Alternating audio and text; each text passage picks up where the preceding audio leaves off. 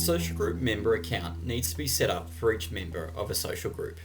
The account will allow the social group member to book into the tea times reserved by their captain.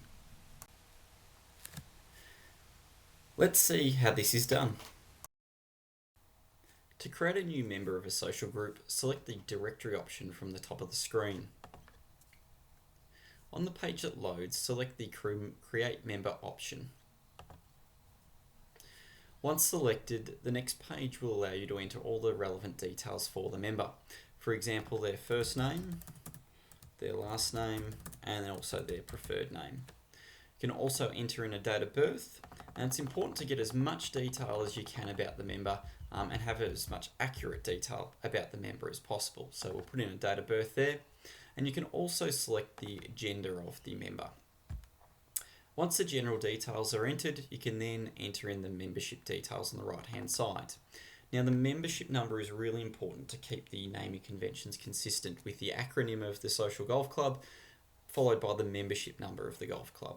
So I'm going to do the MiClub social group, so I'm going to say MSG and I'm going to say 00034. Now the parent membership number section can be left blank and then you can enter a join date for the member. Now this membership type option is vitally important to ensure that the member is set up correctly. So from this list you need to select the correct social group that they belong to. So I'm going to select the MiClub A group and the membership status is active.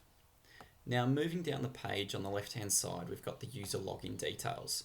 Now the username should be the same as the membership number. Okay, so again I'm going to enter in MSG 00034. We can then enter in a password for the account, so that can be any password that you feel appropriate for the account, but you need to be able to pass that on to the member.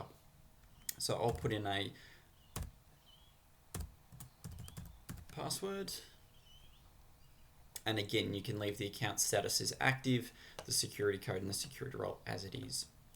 Now moving to the right hand side, here we've got the home details section, so you can put in some details about their home address, and again it's really important to get as much detail as possible into this area so you can call on it at a later date if you need to contact the player. A really important piece of information that it's vital to get for any social group member is their email address.